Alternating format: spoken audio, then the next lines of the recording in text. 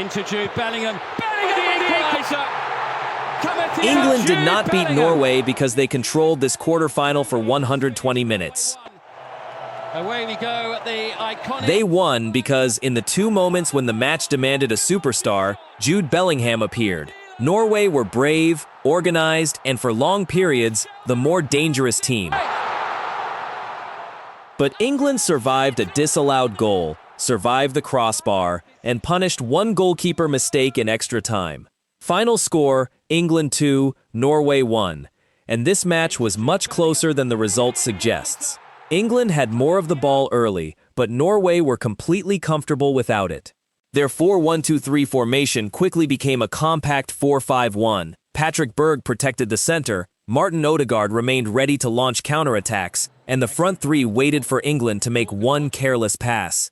England's 4-2-3-1 looked safe, but it was too slow.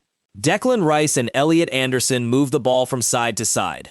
Harry Kane dropped toward midfield, while Jude Bellingham searched for space behind him. But Norway crowded the middle and forced England toward the wings, where the attacks became predictable. Then everything changed in the 36th minute. Norway pressed Kane inside England's half, stole the ball and immediately moved it toward the left side. Andreas Schjelderup appeared to be crossing toward Erling Haaland, but the ball kept traveling, struck the far post and went into the net. Jordan Pickford was caught between preparing for a cross and protecting his goal. Norway's strategy had worked perfectly. Remain compact, wait for England's mistake and attack before their defense could reorganize. Suddenly, England looked nervous.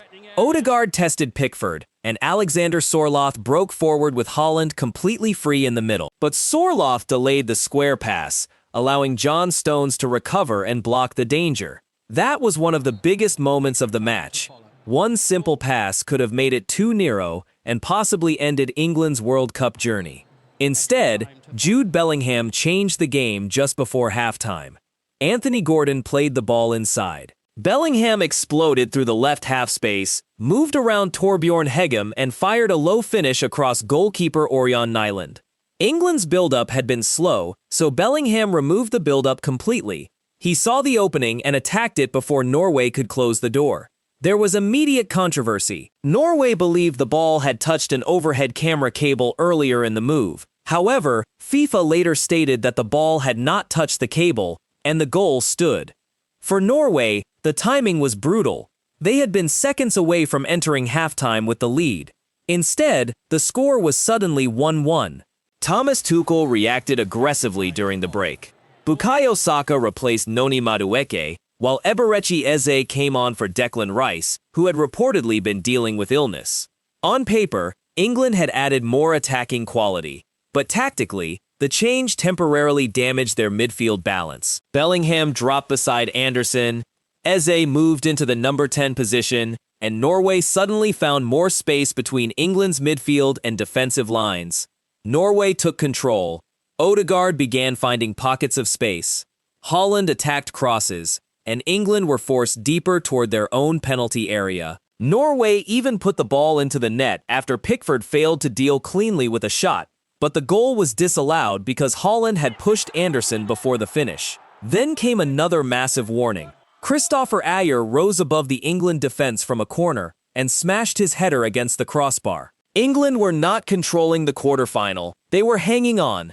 Tuchel recognized the problem and changed the system again. Reece James entered in a holding midfield role, Eze moved toward the left, and Bellingham returned closer to Kane. That adjustment restored some structure, but the match remained extremely dangerous. Haaland's quiet performance was also an important part of England's defensive plan. Stones and Mark Guehi rarely defended him alone. One defender remained close to Haaland, while the other protected the space behind. Anderson also worked to block the direct passing route between Odegaard and Haaland. The Norwegian striker remained dangerous every time his team crossed the halfway line, but England forced him to receive the ball with defenders surrounding him instead of allowing him to turn and attack the goal. Extra time finally brought urgency from England.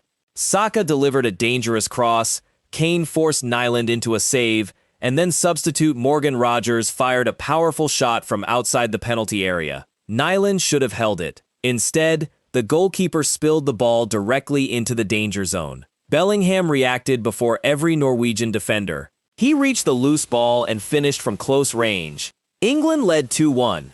That moment explained the difference between the two teams.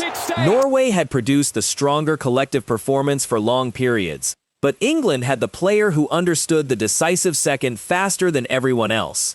There was still more drama. England were awarded a penalty after Jed Spence went down inside the box, but VAR overturned the referee's original decision. Nyland then produced several important saves to keep Norway alive. At the opposite end, Antonio Nusa and Oscar Bobb continued to threaten England's defense. Norway kept fighting, but the final pass never arrived. So what does this victory really mean for England? They are through to the World Cup semifinals, but this was not a performance of complete control. It was a performance of survival. Harry Kane worked hard but never became the central attacking figure.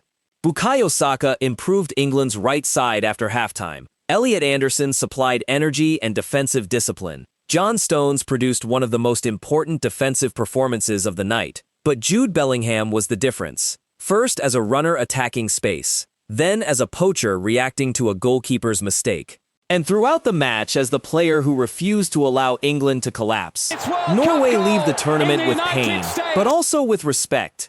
They exposed England's slow build-up, attacked the spaces around their midfield, and came within inches of taking the lead for a second time. England moved forward, but the warning is clear. Against Argentina, the same careless passes, the same slow build-up, and the same loss of midfield control could be punished far more severely. England are still alive. Not because they were perfect, not because Norway were weak, but because when this quarterfinal became chaotic, Jude Bellingham was the calmest and most dangerous player on the field.